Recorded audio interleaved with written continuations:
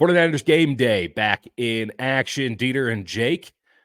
Listen, we got some news to get to, no question about that. But Combine is over, and that means that we found some young strapping boys at the Combine in Indianapolis. We didn't go or anything, but we got the data.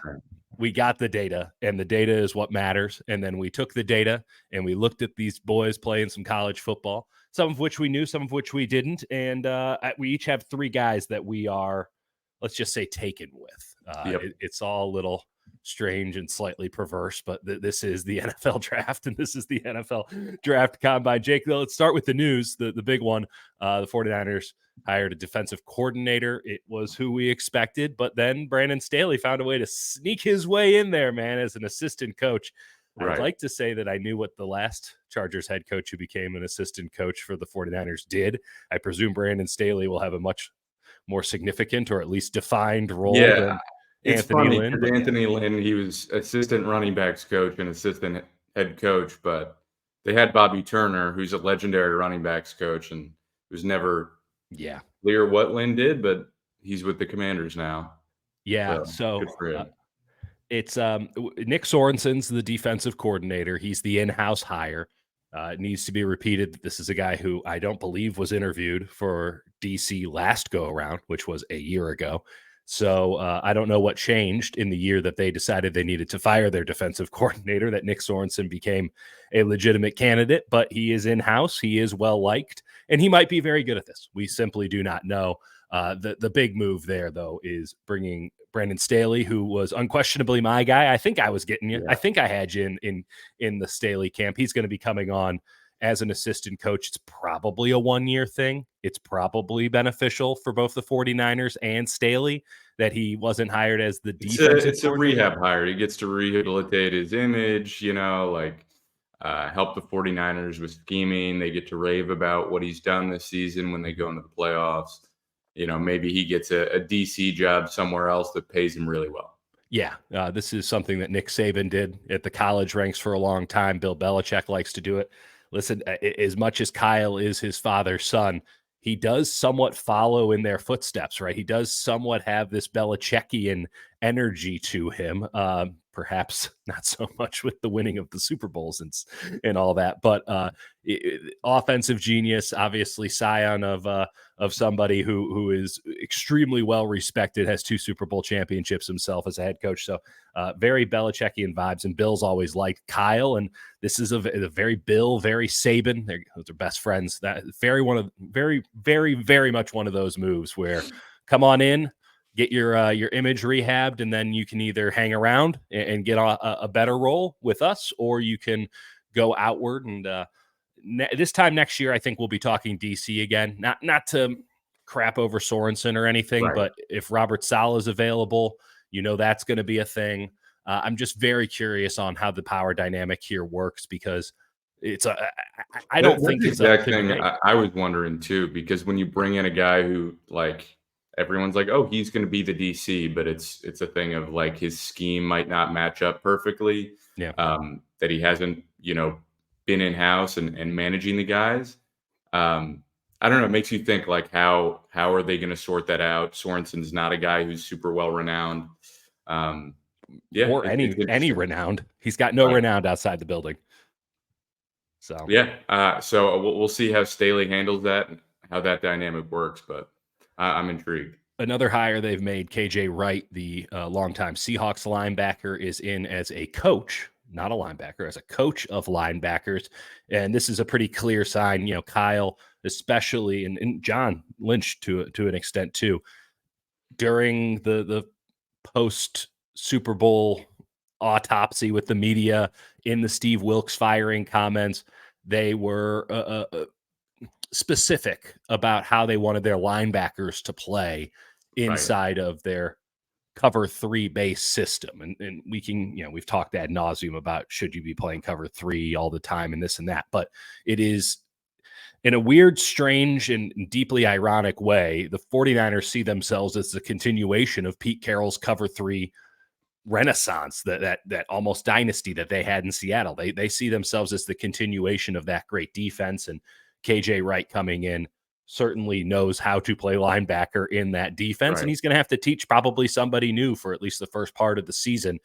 Fred Warner doesn't need any teaching. Dre Greenlaw doesn't need any teaching, but Dre Greenlaw is probably not going to be around for a while at the start of the campaign, and we won't know until we see him out on the field if he's ever going to be himself. So KJ Wright, Right. It's in basically as a what they coach. did with D'Amico Ryans. They That's right. brought D'Amico Ryans in. I think they had him as a quality control for a year Mhm. to let him figure out if he actually wanted to do the coaching thing, That's right. right? That's right. Because players can come in after coaching or after playing and be like, "Yeah, I want to do it," Yeah. but Then they coaching is find out. arguably much more intense. Like That's right.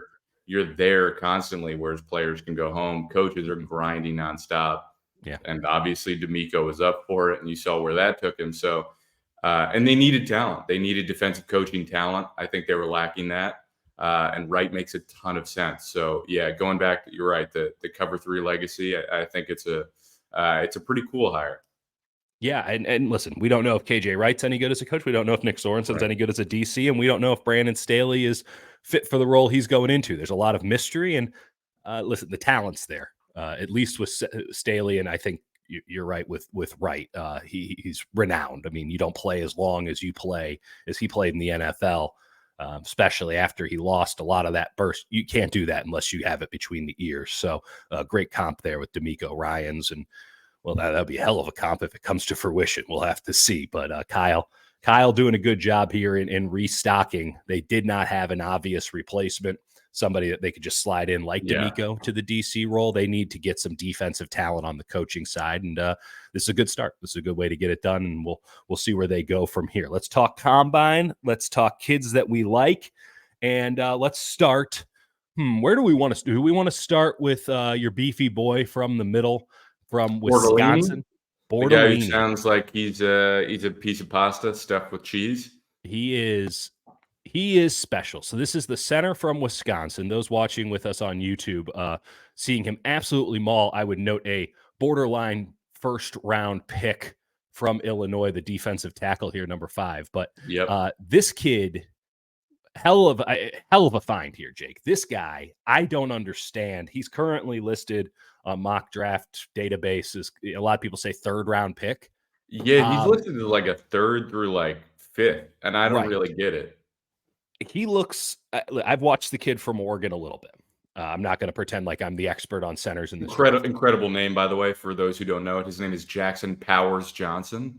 An incredible name, 10 out of 10. And I mean, you think Bortolini's good, Powers Johnson, but I'm watching this kid and I see no stain on his game. He is really, really, really good. And then he went out and again, for those watching with us on YouTube, he went out and just absolutely dominated the combine. Big Yeah. ups. The RASs are in. The RASs guide us through this process. Talk to me about Tanner Bortolini, center from Wisconsin, man, because he's special. So I'll start with the only criticism I had of his game because, I mean, he's my guy. I'm a huge fan of what he did at college. And it's worth noting that the year before he wasn't playing at center, he played right guard next to Joe Tippmann, who's the center the Jets drafted. So that's a pretty insane interior offensive line they had over there. They know how to get them think, beefy boys at Wisconsin. Damn right, damn right. And so I think the only thing with him is I saw it I think earlier in the season more than later in the year, but he would get his arms extended. He would reach a little too much, right off the snap. And when you're on the interior, I think that's something that you can kind of get away with a little bit more, right? Because guys are almost always in your face. But if they run a stunt or something like that, or if they hesitate, they can take you off guard and really take advantage of you throwing your hands too early. But I mean, you watch him, especially in these later clips from the Senior Bowl here. Watch when he pulls in the run game. I mean, he gets absolutely moving in a way that like the 49ers are going to absolutely love. Like it's exactly what they ask of their interior offensive linemen. It's to get out, go, find somebody at the second level, and deliver. And so I see that very clearly with him in pass pro. Like, sure, there's stuff that can be worked on with his hands, but he's got the frame. I think he anchors pretty well. I'm just overall really impressed with the kid. He's very reminiscent of Creed Humphrey. In when you just watch his tape, you're just like, this is a mean son bitch. There's something about it. There's a roundness to him. I mean, it's just Yeah. I haven't done the deep dive on him. This guy definitely wrestled in high school. I mean, there's just Oh, for sure. there's no question about it. He's got that balance that you really can't teach unless you've had to pin somebody down onto a mat. So he is I'm having a hard time. Again, I'm not comprehensive in terms of who all the centers are yet. I haven't watched everybody yet. But Right. just having watched a lot of centers, I have no idea why this wouldn't be the first guy off the board at the position. I think it speaks to the Oregon kid that that's not the case. And in some of his RAS comps, and again, here I'll pull up for So folks on good. YouTube. I mean, he's 6'4". He's 303 pounds. I never worry too much about weight unless it's just a complete misnomer or completely off base. I mean, if he's 303 and they need him to 310, that's a couple protein shakes. This guy doesn't look like he's going to have any problem putting on weight. I agree. Bench press wasn't great. That's fine. Maybe that is where he gets in a little bit of trouble when he extends. He doesn't have that strength, but his hands are exceptional, and he has a lot of moves, and he anchors like nobody's business. And you look at all the vertical, broad jump, elite, 40-yard dash. He went 4.94 with a. That's disturbing, honestly. I mean, Like, for a 6'4", 300-pound guy to go well under 5 is absurd. With by the way, was that a 1.69, 1.69 10-second split? What the fuck? That's not humanly possible. I need to look up Brock Purdy's 10-yard split. I mean, an insane number for all of his splits on the 40-yard dash, and then he puts up elite shuttle and an absolutely absurd 3-cone of 7.6 or 7.16. I mean, this Yeah. dude's By the way, Brock Purdy's 10-yard split was 1.61. So much quicker, but like not that much quicker. No, we're dealing with absolute absurd athletic testing numbers on top of a tape that tells you that he's a mean son bitch. And when you look at his comps with some of these athletic numbers, look at who's at the top of the list here. Creed Humphrey, Oklahoma, who, by the way, it should be noted, as we noted a million times then, got a perfect score. Yep. What happened after that? Oh, he's just the best center in the league. Now, I will say that RAS does have some flaws because Jake Brendel, and we're Brendel heads. We like Jake Brendel, but we're not. We're clearly looking to replace him here. The 49ers center, he was a 9.83. So his top two comps, I literally just screen grabbed the RAS page, as we will show you throughout here. His top two comps are Creed Humphrey, which is the best comp you could possibly have in my book, and Jake Brendel, the guy who is currently the 49ers center. Right. This is, if he's available in the third round and the San Francisco 49ers do not take him, there needs to be slappings. And here's the thing. Right. I think Brendel is fine. Like, okay. I don't think he's an elite center. I don't think he's a terrible center. I think he's just fine. He's fine. But if you're going to have an offensive line that, as we talked about, is structured with greatest of all time, fine, bad, that doesn't really work, especially if you want to reinvest in Brock Purdy. And the thing about Bordellini is you could bring him in, start him at right guard. That's right. And then move him over to center when you get tired of Brendel.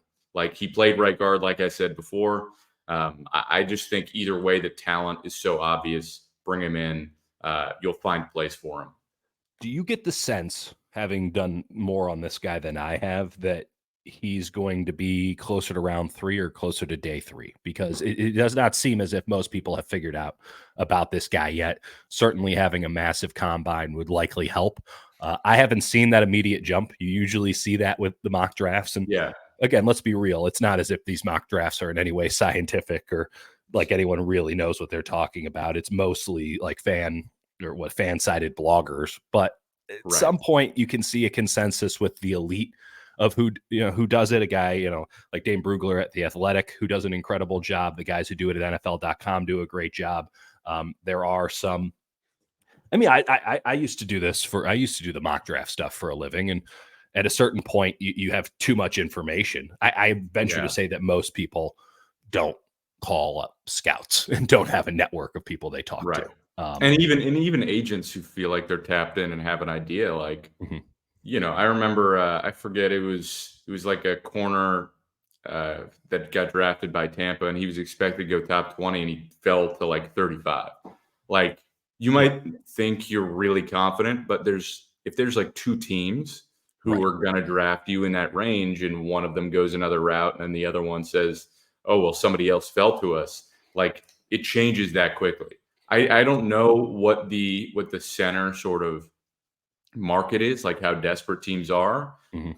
But I think he's around 3 more than a day 3 guy. Like, I think if we're looking at this and we're seeing it, like, if teams can't see that, they have other issues. Yeah, it might be a deep center draft. It might be.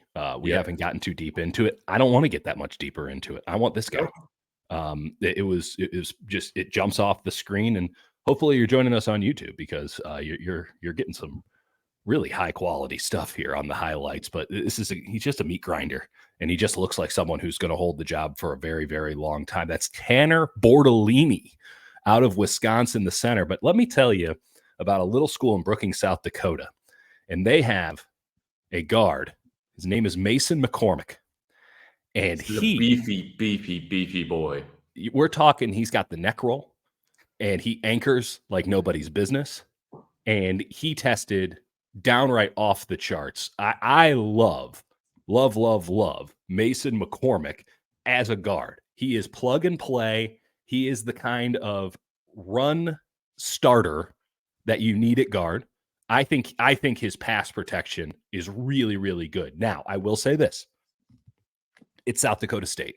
There is going to be Right. some question marks when we get to level of competition and when we talk about some of the stuff that he did. I don't even know what is that, the East West Shrine game that he was I said participating in. East West Shrine Bowl. Oh, apologies. Heaven forbid.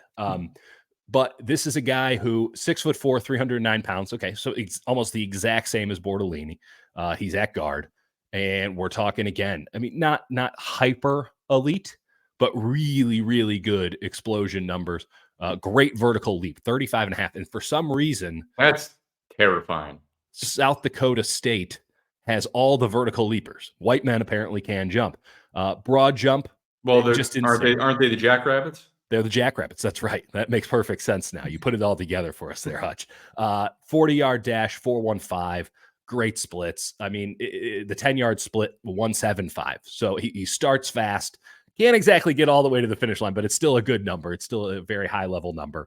Mason McCormick really, really jumped out to me the more I watched it. I mean, some of these reps that he's taken at the Shrine Bowl, these other gentlemen are not going to be playing in the NFL. Maybe they had a chance, not after watching these reps. I mean, it's absolute complete carnage. He was clearly, from everything I can tell, the best player on the line in this game. And this game does have some merit. This game does have some value. So There's some good players that went to it's one of the things where it's like the Senior Bowl's number one, but the yeah, East West Shrine, it's like legitimate. Like, you find good players there. They're often more day 3 guys, that's right. but like, he's a dude. I am a big fan of Mason McCormick. Right now, he is a wild card. And we're talking Right. round 6, round 3. I think that this is going to be something where a team just really likes him and probably takes him end of day 2, maybe early on day If 3. if Belichick was still coaching, No question in um, his mind. yeah. I mean, this is I see a very high floor and I see a very high ceiling. I don't see the downside in this kid because South Dakota State is a perennial FCS power. They run the ball. The tape is, we don't have all of it here. I'm not cutting up the South Dakota State film for y'all.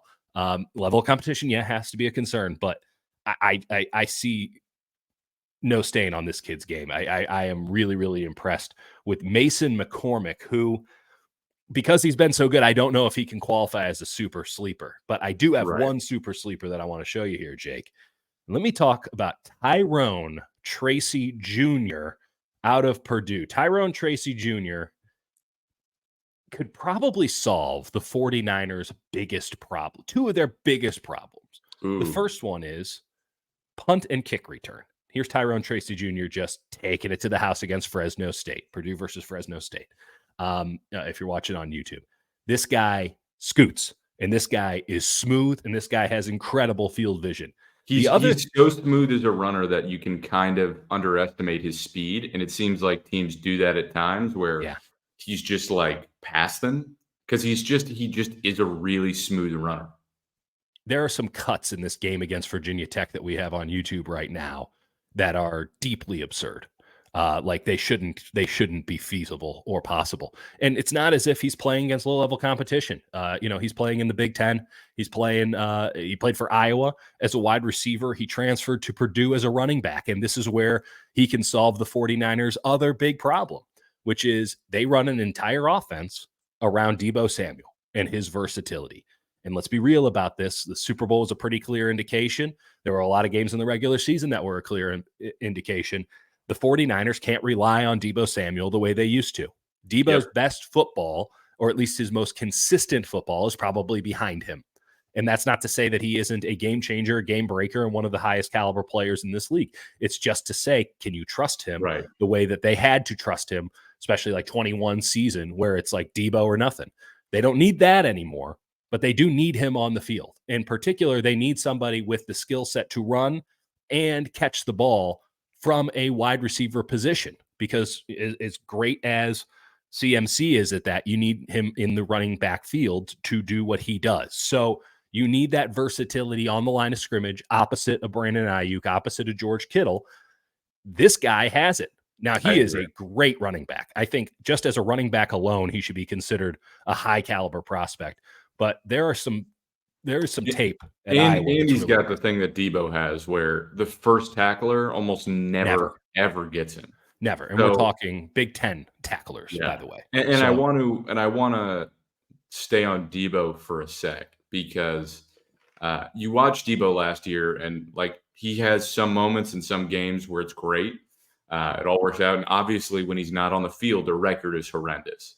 That's right. But like when you looked at some of the motions they ran with him, he's a guy where if he's not getting the ball, and they actually scored a touchdown this way by capitalizing on his lack of effort, where he literally, he ran like he wasn't getting the ball. And so the defense is like, okay, well, he's not going to get it. And they left him alone and he was wide open for a touchdown. But like, that's something that if you're taking advantage of that, you're aware it's a problem. And maybe just like give it full effort. Give it full effort on every single motion because that's part of what sells it. And I'm not saying that's the main issue. I think the main issue in the Super Bowl was that he could not separate at all. Trent McDuffie had him locked down in a way. I don't think I've seen any corner lock down anyone. Like Deebo couldn't not in the last 10 years. Crazy. Like one of the best.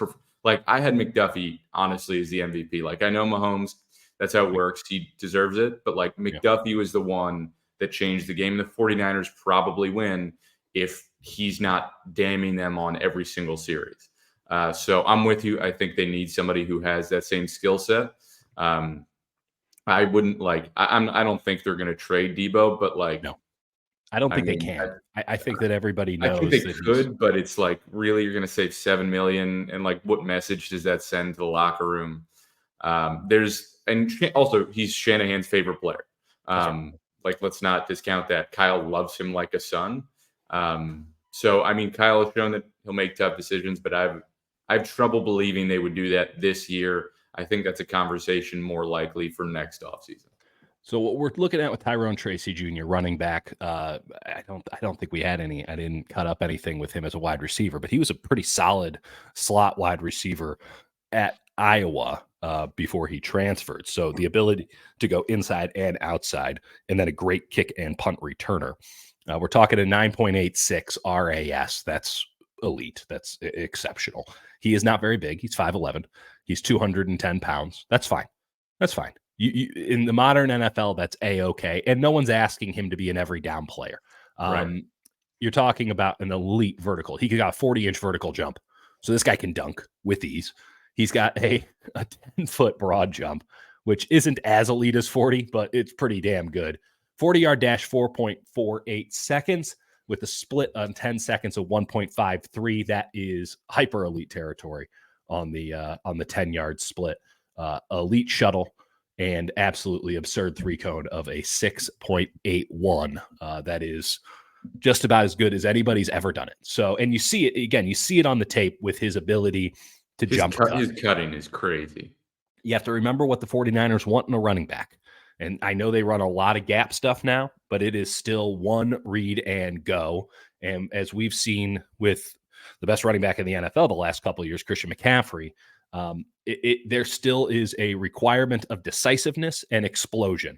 And this guy has both of those things going for him in the backfield. And the fact that you can split him out and really get something, especially in the slot on a third down, now you can go 4 wide as opposed to 3 wide. And you can still have McCaffrey in the backfield for a swing pass. Like, I'm really excited by Tyrone Tracy Jr., who would unquestionably have a role as just a kick and punt returner. If you're not even thinking Debo, if you don't even want to extrapolate it out to this is your Debo Samuel, not replacement, but at least reasonable fill-in, somebody who can maintain the offense if Debo is out, run some of the same stuff that he does, give you that same punch. Just think of him as, is this guy better than Ronnie Bell? And that is an emphatic that is exactly what I was going to say. And also, like, you go back to Ray taking on some of those roles. Ray doesn't have the physicality that Debo has. And I don't think anyone in the world does, but this guy's pretty close. This guy at least has the ability. It's going to take a little tweaking to not, to be Debo, but this guy there's something to him that I'm a really big fan of. So, this is Tyrone Tracy Jr. By the way, also just a wonderful name to say, Tyrone Tracy Jr. Purdue running back, Iowa wide receiver, and downright stellar player. Now you are going crazy deep for your running. You picked a running back too, which again, this speaks to you want to have concerns about weight and size. I've got a guy for you. Let's talk about New Hampshire's Dylan Laub. I don't know if it's Lauby. I think they call him. Which do you prefer? I prefer Lauby. It's got a little ring to it. He is, as you said, he is the mini Christian McCaffrey, which is to say he is in fact white. Right, but he does have, like, he's got very like elite short area quickness. He's a crazy good receiver. Like, that's probably his best trait.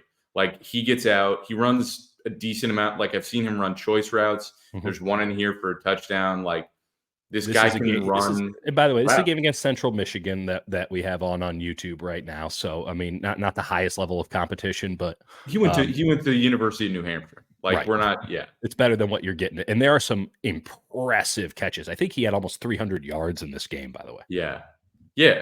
And look, like, the dude moves. And he just plays like crazy hard. One thing about him is he's wearing, as we discussed, shoulder pads are way too big. His shoulder pads, I don't know what's going on. Maybe those were the only ones they had. Yeah.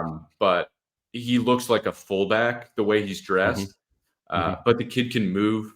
I think you just look at it. So, and there were some comps physically, like, there's some guys the Patriots drafted. Danny Woodhead is a good look on a comp. Just think of any third down. I mean, smaller Austin Eckler might be. No, I honestly think that's a really good comp. Like, he's receiving first. But like, and by the way, I mean, you think about the role of the third down back, and maybe the 49ers aren't the best team to think about this with, because every down's a running down and every down's a passing down. But sort of the classic third down back, of course, Danny Woodhead being sort of the classic, or an Eckler before he became, like, those guys, as Eckler has shown, they become every down backs now because of the proliferation of passing. So don't poo-poo the concept of a third down back. Because, by the way, I saw a couple clips. I mean, this guy can block too. He's small. Let's go over the RAS here. I mean, he itty bitty. He's 5'9", 206 pounds. But he's got the thing of throwing his body around, which, like, listen, you're not looking for. He's here for a good time. Guy who's got a little bit of I don't care about my life in him. If you're going to be at that size, it's the only way you can succeed. Yeah, and I think he's got that.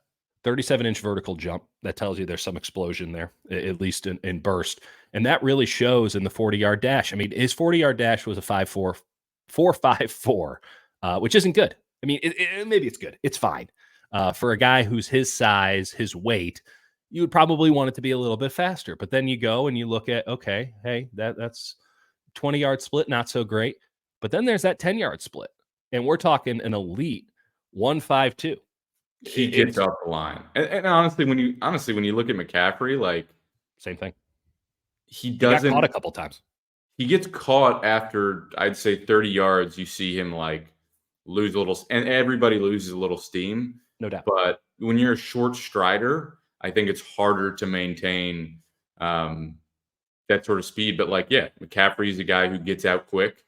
And again, it's really hard not to see the mini McCaffrey to this guy. And I'm not making that comp like he's anywhere near that stratosphere. No, but I mean, if you're watching on YouTube, you can see it. It's hard not to see it. And obviously there's the obvious aspect of comparison, but he is such a smooth catcher of the football. I mean, there are a lot of these throws. By the way, we should note his shuttle and 3-cone are deeply absurd numbers. They're both hyper elite, which I think again shows up on the tape.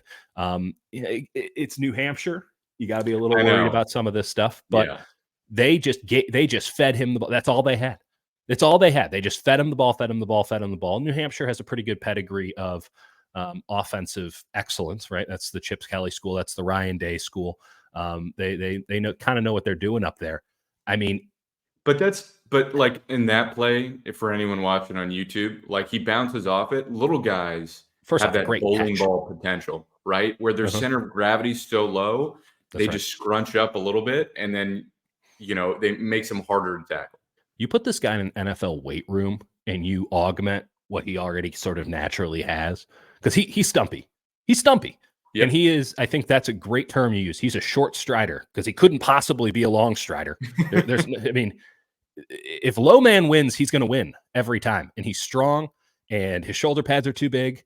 And, if we're going all the way back, here he is on a punt return. Should be noted. I mean, he's just doing it all here against Central Michigan. And that's not exactly, the Patriots are, taking on the Baltimore Ravens on a Thursday night. But it is impressive that against the best competition that they had all year, a true Division I team with, a former SEC head coach, he was out here doing it. And the Travis Kelce fake.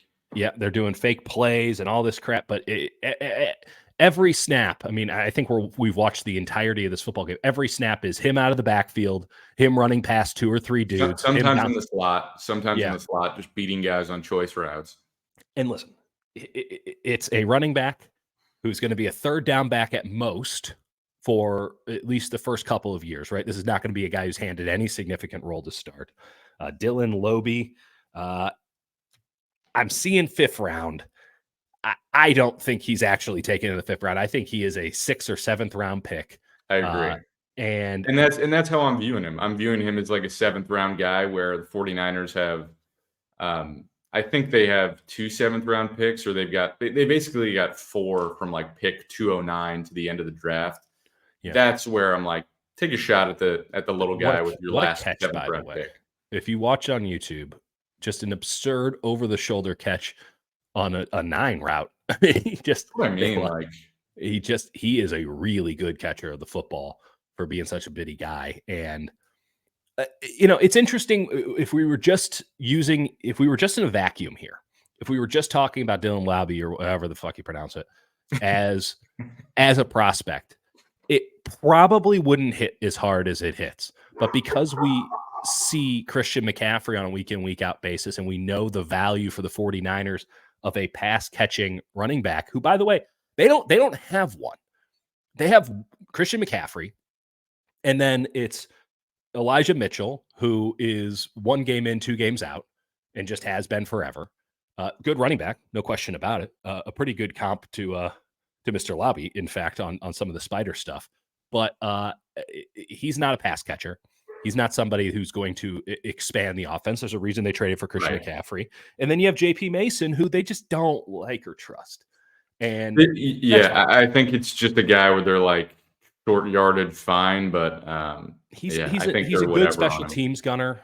They have a couple of those, and that is a little bit of a concern here with a guy of this size in that I don't know if you can put him on special teams. I don't know if you can have him outside on special teams, Yep. because he is so little, and that could be a deal breaker, especially if you're considering he'd be a third running back. I don't think Elijah Mitchell deserves to have his spot taken by this guy. I agree. Really, yeah, I mean, maybe at least with Tyrone Tracy, you can slide him in as the fifth wide receiver on the team. He's a Ray replacement. He's a Ronnie Bell replacement. He's also a running back. Now you get the versatility. And by the way, his role is kick punt returner to start. And gunner, you just use him everywhere. Right. But Right. Yeah, when you're drafting a late round running back, you want him at least to be able to run downfield and make a special teams tackle and not I'm worry sure that they're going to explode. I'm sure he'll run. I'm sure he'll give it his all. I'm just not sure it's the best guy that you want tackling somebody. Maybe I'm wrong about that. Yeah, Maybe he's maybe he actually is. a brilliant special teamer. No, I'm with you. And this is a guy where I'm like, I don't think the 49ers would be interested unless it was, undrafted. But Yeah, man, I really enjoy watching he's him fun. play. His skill set's awesome. I think he'll end up somewhere else. Somebody will probably spend a fifth or a sixth on him. A fifth seems too high to me, to be honest. But I just like watching him play. Yeah, the fifth round is great with Hope crap. So he is fun to watch. If he was at a bigger school, he'd be a bigger name. But it is New Hampshire, and we got to be wary of that. Let me talk Yep. to you about a guy who did go to a big school, maybe not a powerhouse in football, but he played in the Big Ten. His name is Tip Freeman, and Tip Freeman got a little bit of love because he during his combine interviews said that birds were not real, and leaned into that whole thing. And you're never really sure if the guy's joking or not. I can tell you this: the physical skill set, no joke. This guy is. Whoa, let's just pull it up here. 6'4", 271 pounds, and he runs a 4.64 40-yard dash. Let me repeat it: 6'4", 271 pounds, with a 9 out of 10 graded 40-yard dash for a tight end. So that's all the tight ends who have ever tight ended. None of them are 271 pounds, right? That's 30 pounds more than a George Kittle while being the same height. If we're talking about specifically Yep. a guy who can come in here and block, where he's in a Burt Bielema offense, he was blocking like nobody's business. Guy who can come in and block, a guy who can be a goal line option. Let's just be very blunt about this. A better Charlie Warner and a clear replacement for a Ross Dwelly. Right. This guy has it. This guy absolutely has it. None of these passes are interesting or spectacular. The highlight film is not very fun. Just full stop. He had like 35 catches. He's the epitome of when you're in Madden and you draft a possession wide receiver or possession tight end. Exactly. He is going to run you a 7-yard route. He is going to run it effectively and cleanly. He is going to catch the ball, no matter where you put it, apparently, because Illinois' quarterback was keen on finding all the areas he could throw it to, none of which seemed to be the hands or the chest. And listen, the Illinois offense, as somebody who watched it a bit this year, was brutal. I mean, there was nothing. They ran the same damn play seemingly every time, and it always got 9 yards. It just got 9 yards every time. And he's going up against Big Ten defenses, which I think we can say they're a bit overrated, but it's still the conference that had the best defensive numbers. And, he's doing this against like a team like Michigan, whose defense was definitely not overrated this year. He's doing this against, Ohio State. He's doing this against, there's a game against Kansas here. He had a couple of really nice plays against Kansas. They had a really good defense this year. That was a top 25 team, as much as it hurts me to say. I don't like giving Illinois credit either, but this is a clear-cut NFL body tight end. Yep. If you're trying to imagine, if you're not watching with us on YouTube, I got 3 words for you. Mo Alley Cox. Colts tight end, big sumbitch, just catches the ball every time, is good on blocking plays, going to run you a clean route, nothing crazy, nothing interesting. I don't think he'll ever be a tight end 1. He has the athleticism to be that. I mean, people said that about George Kittle too. Turned out, he can be a tight end 1. The size is never going to be a problem. Strength is not going to be a problem. This is a guy who he just moves. He moves so well, and you're right. He catches every ball. And for I those mean, of it's you who also a are highlight tape. We should be clear about that. So it's not as if right, they're going to show the drops. But when you're talking about a 10-yard split for a 6'4", 271-pound man at 155, yeah, I think that you bet on the upside there. Tip Riemann, day 3 pick, just yep, clear as day 3 pick. Now maybe it's round 4, maybe it's round 6. The yeah. numbers So aren't there, and we'll see with this pro day and stuff how it expands. But I, he jumped off the athletic testing chart. I think his tape is pretty clear. If you're looking for a number 2 tight end, this is the exact kind of guy you want to do it. Again, I got to repeat this: Burt Bielema offense, right? This is a run first, run second, run third offense. yep, They don't push the ball downfield. They know how to do the gritty stuff. Did it at Arkansas and certainly doing it at Illinois, Wisconsin before that. They know how, just like Wisconsin still knows how to get offensive linemen, Burt Bielema knows how to get tight ends. I think Tip Riemann is a name I that like we him. need to keep on the tip of our tongue. Nice, nice. Well done, well Thank you. done. Thank Very you. eloquent, Should we very talk poetic. about a young man from Philadelphia? Before we move on to anyone else, I will say, for those of you wondering about like Cam Latu, the guy the 49ers That's drafted a in the good third question. round as a tight end. Um, just for the record, and I've said this probably 100 times, he was the only tight end, and this is not to rip on the guy. Seems like a lovely dude. He seems Uh, like a nice guy. Not that we really only got to guy know him because they evaluated kicked in him the out. tight end class last year who I was like, don't draft him.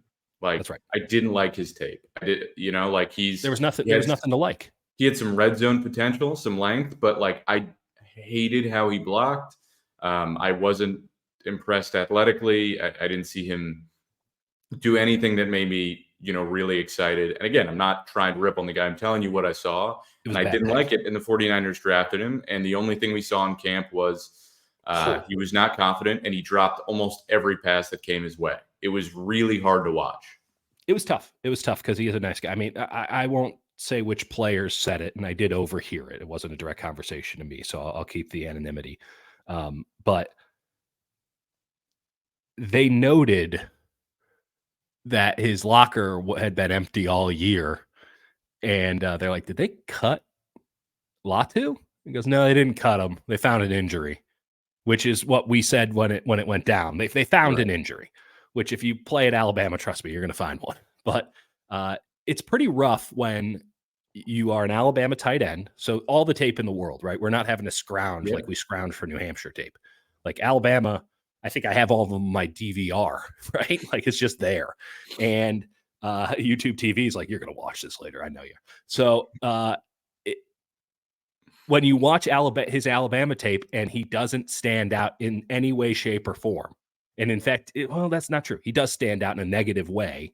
You got to kind of wonder, like, oh, what the hell's going to happen at the NFL level? I don't need you to be exceptional at Bama, Right. right? I just need you to look competent, I and then just that don't might explode. understand what they were looking like when they drafted him. I don't understand what they're looking for in a tight end because for me, They you're either nailed it once. well-rounded, um, or you have like you're a good blocker and you say, okay, he's athletic, maybe he can turn into a pass catcher. That's how Right. George Kittle turned out.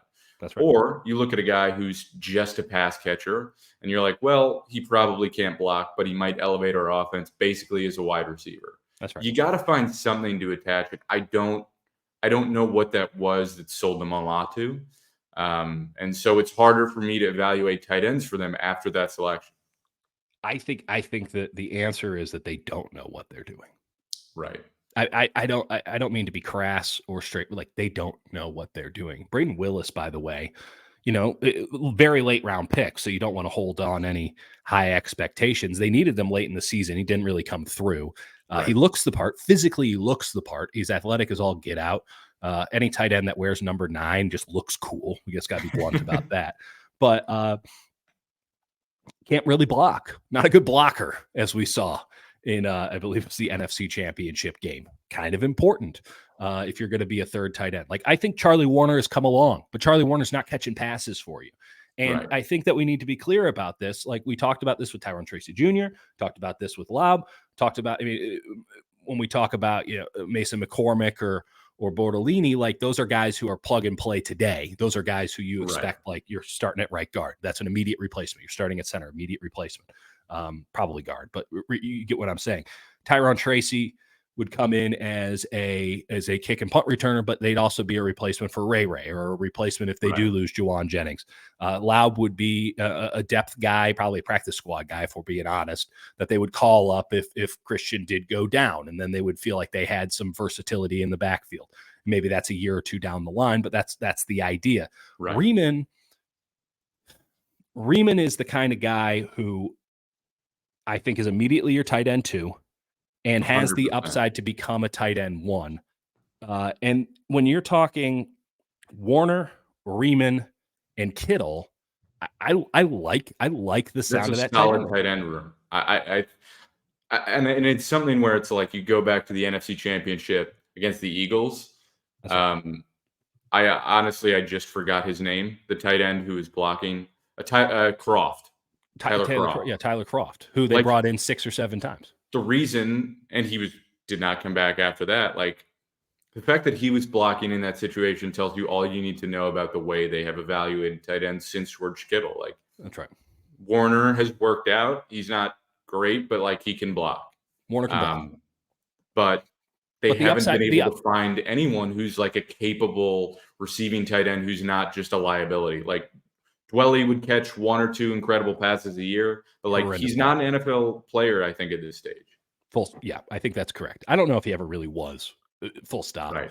Like, let me put it to you this way. It doesn't make any sense. If George Kittle goes out, and this is what I was trying to get to, you have to be realistic about where George Kittle is in his career and the amount of wear and tear. And what you asked him to do this past season with your right tackle being kind of dog shit on a lot of days and being fine some others, but you never really knew which day it was going to be. And by the way, the days that he was probably fine were the days that George Kittle probably spent a lot of time next to him. If we really wanted to go and find the correlation versus causation. So, and again, you're paying Colton McKivitz, like $1.5 million on the cap, 3 next year. Like you're getting for what you pay, it's great value, but like he's not a good right tackle. But there is a cost beyond just what you're paying him in that you have to have George Kittle block a lot more than George Kittle probably should be blocking. And he's an elite blocker. He's as good as it is at that position, but he's also a great receiver. And he is asked on every single play to do something exceptional. You have to, especially in the playoffs. I'm just saying the wear and tear of that at this rate, at this point in his career, has to be noted and has to be brought into consideration. And next year, as of right now, it's Braden Willis as the backup. They don't have Warner is not under contract. Dwelley is not under contract. Dwelley should not get a contract. Again, full stop. He's not an NFL player. This is a waste of everybody's time putting Ross Dwelley back on the field. In the past, if Kittle was out, they'd have Ross Dwelley be the backup. That changes the offense entirely. He's not even a tight end. He's a shitty slot receiver. So it's actually okay. He makes some nice catches, but he honestly had the best hands on the team. But like, it's not changing. Like, you're not executing your offense with that. He's a wide receiver, and the real question is, why is he on the team as a tight end? So this Tip Riemann guy, he might not have that offensive upside, right? He might not be Kittle 2.0, though a lot of the athletic numbers tell you he is. By the way, we said the same thing about Charlie Warner. It should be noted that Charlie you don't Warner, necessarily need to get a Kittle. Like there's plenty of just decent tight ends who do the job where your offense can do whatever it needs to because you've got a tight end who can make catches and just block. Like you don't need him to be the greatest player you've ever seen. That's right. I think that it should be, if you are going to ask Charlie Warner, who I do think comes back, to be the number 1 tight end for a 3 or 4 game stretch next year, I don't think that he would rise to that occasion. I do think that Tip Riemann could rise to that occasion because he does have the hands. He does have the route tree that's pretty succinct, but again, who knows when you put him in an environment, much like Kittle when he left Iowa, you put him in an actual pass catching environment, he might be the bee's knees. I don't know, but I'd like to find out. I'd like to find out with this guy. And one thing I'll say before we move on, remember they wanted to try a two tight end set back in 2020 with Jordan Reed. That's right. Kittle and Reed could never get on the field at the same time. That's right. But it's something that has always intrigued Kyle to say, what if we ran with you? And they've had Kyle Juszczyk, so they've been able to do some of that, but it's different. Juszczyk doesn't have the tight end size. Like he can play tight end roles, but when you have a guy with tight end size who can take on any responsibility as a tight end one, and you can convince defenses that either it's that tight end who's staying in blocking, or you have a lot of options with late releases and those elite routes they love. So I just think it's something that has always interested them. It's like last year was proof of that. Yeah. And Riemann, I'm totally with you. I think could fill that void.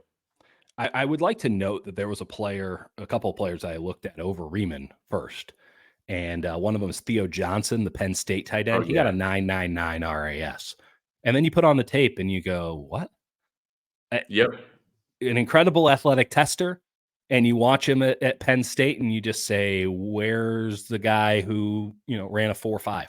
Right. Where is this guy? He wasn't smooth. He was clunky. He was doing a lot of the same stuff Riemann did at Illinois, just at a lower level. I mean, he was getting brought down by first tacklers. He's supposed to be this big, huge athletic marvel. He didn't look like a very good football player to me. And we'll see what happens because he will get drafted. He'll probably get drafted well before Tip Riemann gets drafted. But I'm not a big guy on Penn State does a very good job of finding athletic marvels and then not really turning them into the players that they need to be. Chop Robinson, your guy, it should be noted, tested off the charts and is probably not going to be around for the 49ers at defensive end. Yep. On that same point, and to transition us, I saw a linebacker who he plays for Washington, and I'm hoping I'm pronouncing his name right. Adefwan Ulofoshio. Okay. He was super athletic, tested like a 9.55, but I watched him on tape and he was terrible. Like he just played so small. And I just saw nothing that encouraged me. Like he was rated as a great coverage corner or a coverage linebacker, and that intrigued me, so I went with it, but I found a guy to bring us to our next point who I actually really, really like. He's number 6 on Temple, and this is Jordan McGee.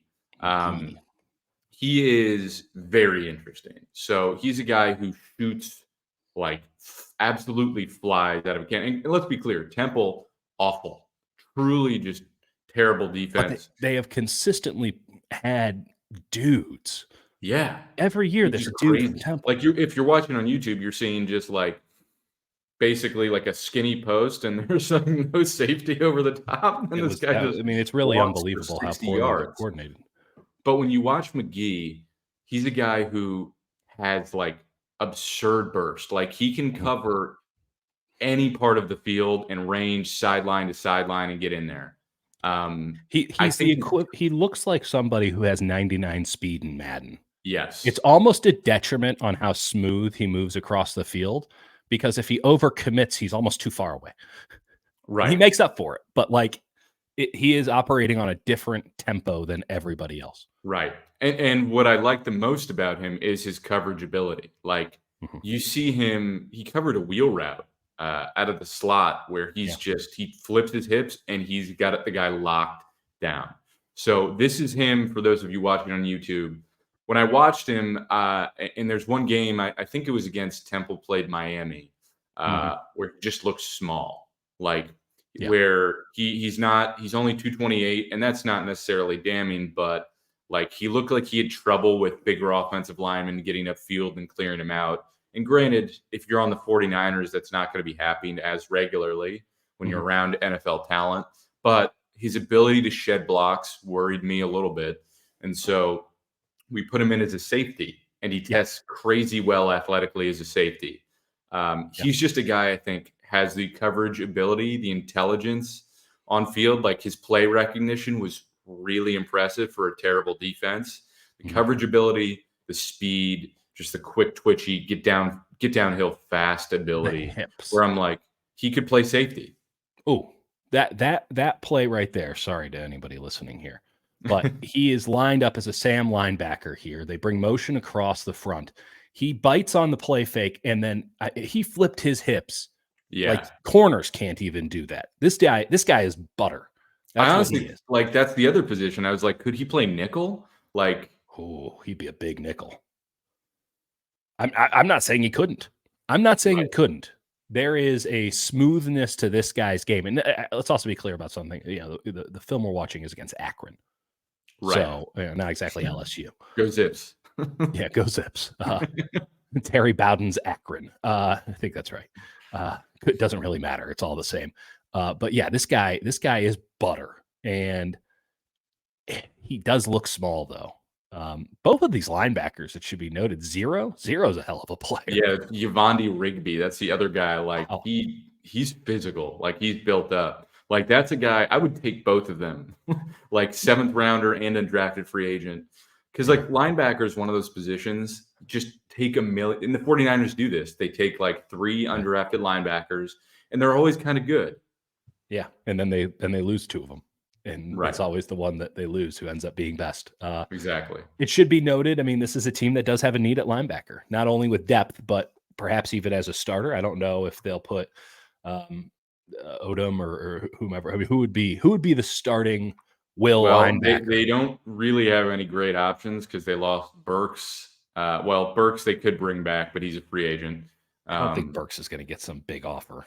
I don't either. I think bring him back for 2 or 3 million, whatever, or they could pay a little more and try and get Aziz back. So you're not going to have Greenlaw for the first half of the year, most likely. Or he could come back, but he's not going to be himself for a while.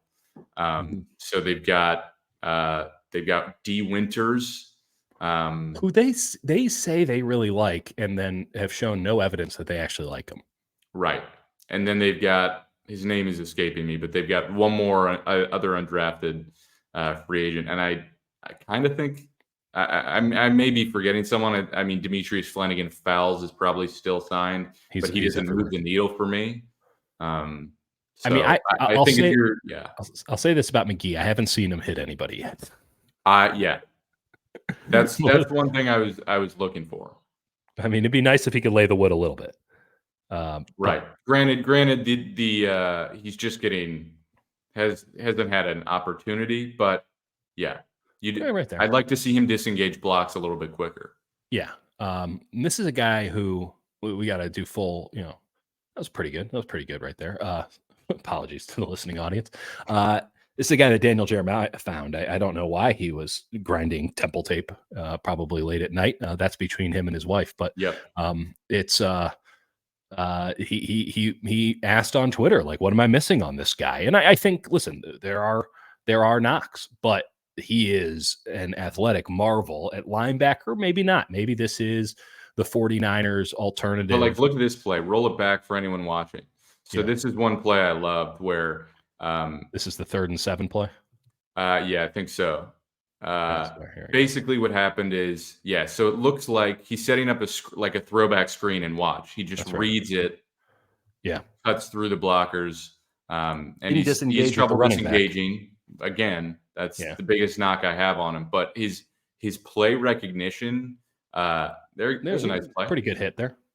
Like, there's something there, and let's be exceptionally clear about what we're talking about here. Yeah. This is a round 7 pick. This is a undrafted free agent pick. This is somebody who is a deep cuts. And all you're doing is you are betting on somebody who just looks a little different than the rest. And you're saying we can funnel that different into something exceptional and make you an NFL player. I think there's a lot of value in that sort of drafting, especially. Let's be clear about this. The Niners, it was pretty awesome. The Niners are not going to use all of these picks. They will find. They have 11, I believe. They will find a player or two that they like. They will amalgamate, consolidate a couple of these picks to move up to go get that guy because they heard the Rams liked him too. That's just how it goes. So being able to spot, nice tackle there, very late round talent. I mean, this guy's growing into the game. It should be noted. We're watching an entire game against Akron. He's getting better and better. He also plays hard every play. Like, it's true. And I don't think the guys around can keep up with him. So, but being able to identify late round picks, and clearly it's been effective for the 49ers. Their quarterback was taken last, but being able to identify guys who just have the ability upside in the super late rounds, it goes a long, long way for a team that needs as much depth as it can get and needs depth on the cheap. And it should be noted, speaking of the Rams, that's something that they've done really well over the last two Yeah. drafts. Their entire defense is like 3rd to 7th round picks, and their defense was fine last year, and it's going to probably be pretty good this year. I mean, it helps to have Aaron Donald, but like if you can build, if the Rams have made the choice of paying their offense, they're going to pay Matt Stafford. They're going to pay dudes to be around Matt Stafford, Cooper Kupp, all that. That's what they're going to do, and they're going to go cheap on defense, save for Aaron Donald. 49ers kind of going the other way around. They're going to pay all their guys on offense, go cheap at quarterback, and they're going to pay guys on defense. At some point, the quarterback's going to have to get paid.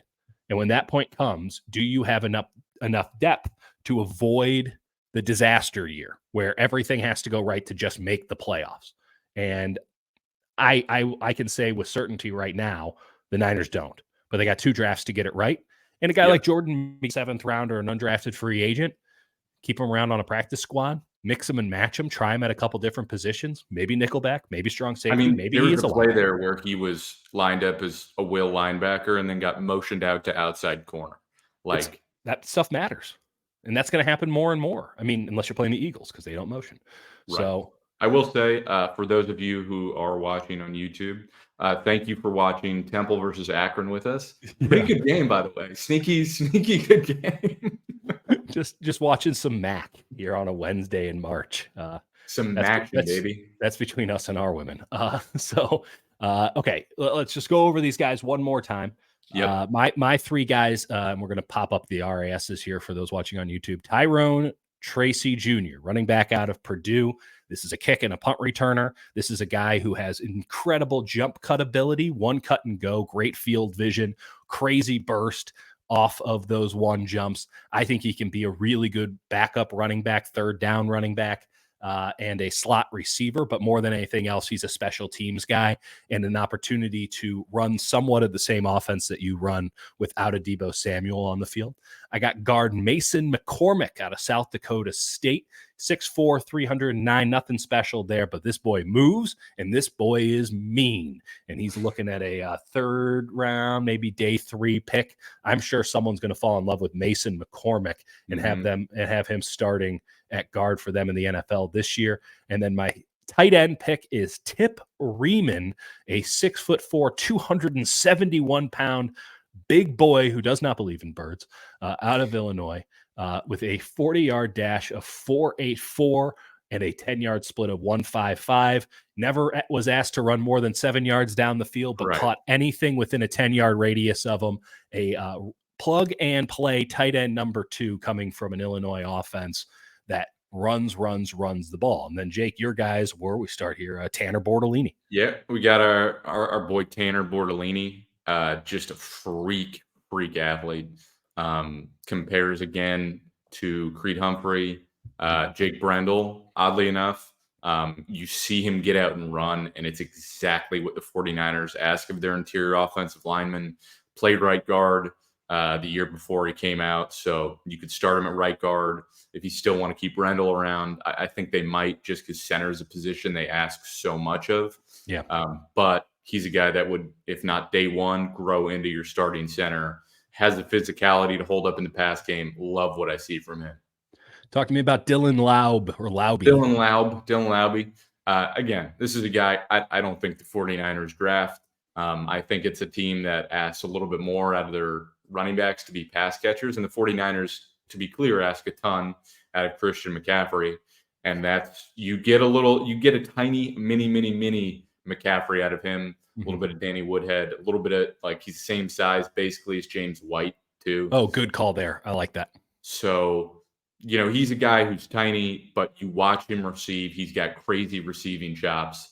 Great job. He's explosive off the line. He's physical for a guy that size, bounces off tackles a little bit. Again, New Hampshire.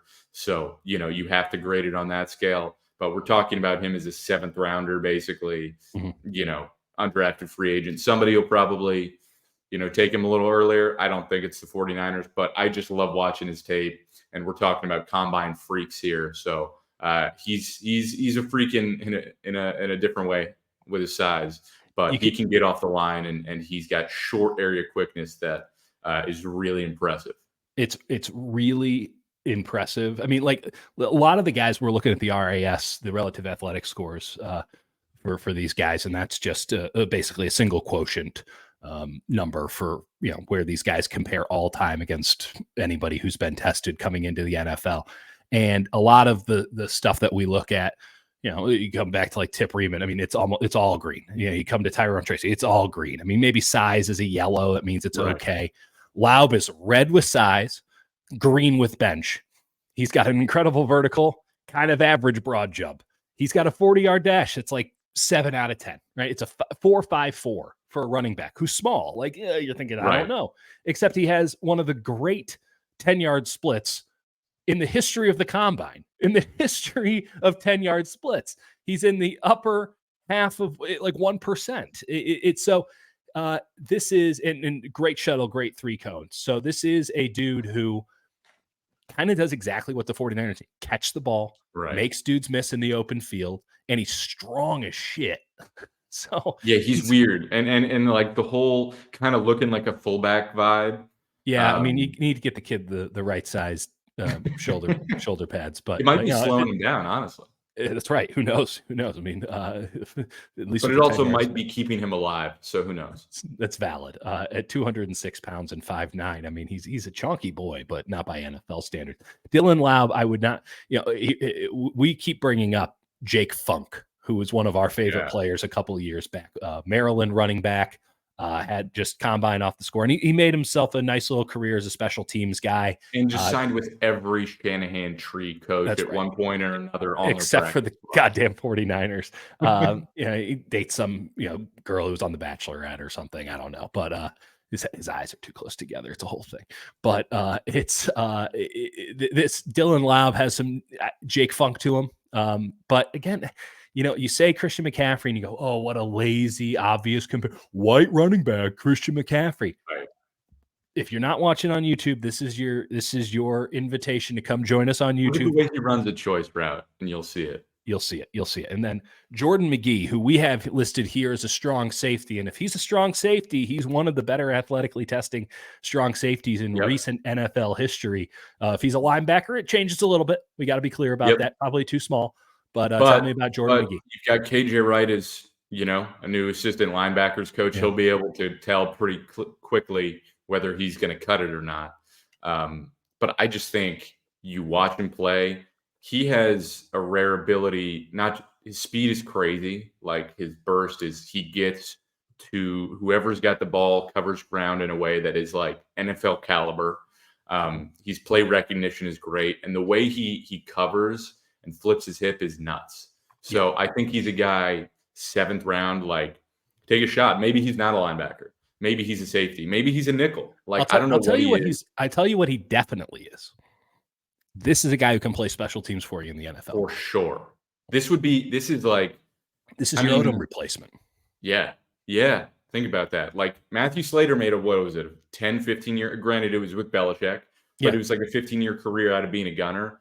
This is a guy who I'm like day one, I want him as my gunner. He'd murder as a gunner. Yeah. 100%. Okay. I'm glad that we came to this agreement because I was trying to figure out where Jordan McGee fits. If you're a 7th round pick, and we talked about it with Laub, like it might be an issue in that I don't know where he fits in on special teams unless you're going to have him returning kicks and stuff, in which case he might die. But McGee as just a do-it-all special teamer, gunner, protection guy, like that's probably the right size. 6'1", 225, and move like nobody's business. And it has hips that are just smooth as butter. I like that a lot. And, hey, maybe he grows a little bit. Maybe he gets another inch or two. That's not out of the question. Maybe he adds a little weight, maybe drops a little weight. Now you have something that you can work with there. The athletic testing scores are off the charts. Clearly has good field vision. Jordan McGee, player to keep a very light eye on out of the corner. Use that peripheral vision. Get yourself some Jordan McGee. Okay. We're going to be back on Monday because next week is NFL free agency. So we're going to keep grinding this tape. We're going to keep finding more guys like Tyrone Tracy Jr., Dylan Laub, Jordan McGee, all that. we're going to have a nice comprehensive list. And when we get out of free agency, we're going to know exactly what the 49ers need. And we're just going to go 7-round mock drafts, just pound it every day. We're going to have the comprehensive understanding. But in the meantime, they got to figure out who's actually on and off the team. Get this, Right. The NFL, pretty smart. They decide maybe we'll do free agency before we do our draft. Anytime you want to get around to that NBA, let me know. So we're going to go on Monday. We're going to go through what the 49ers need to do in free agency, who they should keep, who they should get rid of, who they should sign, who they shouldn't. Some interesting names are already hitting the market. Franchise tags are already out, all that good stuff.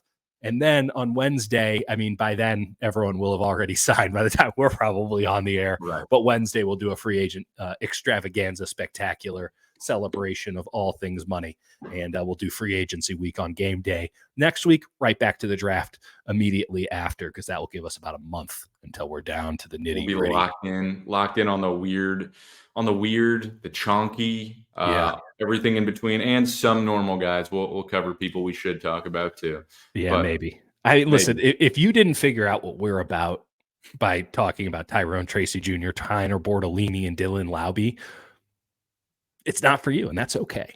If you guys also have anyone else who sounds like they may or may not be a pasta shape, please send them our way. A Tip Ryman, perhaps. We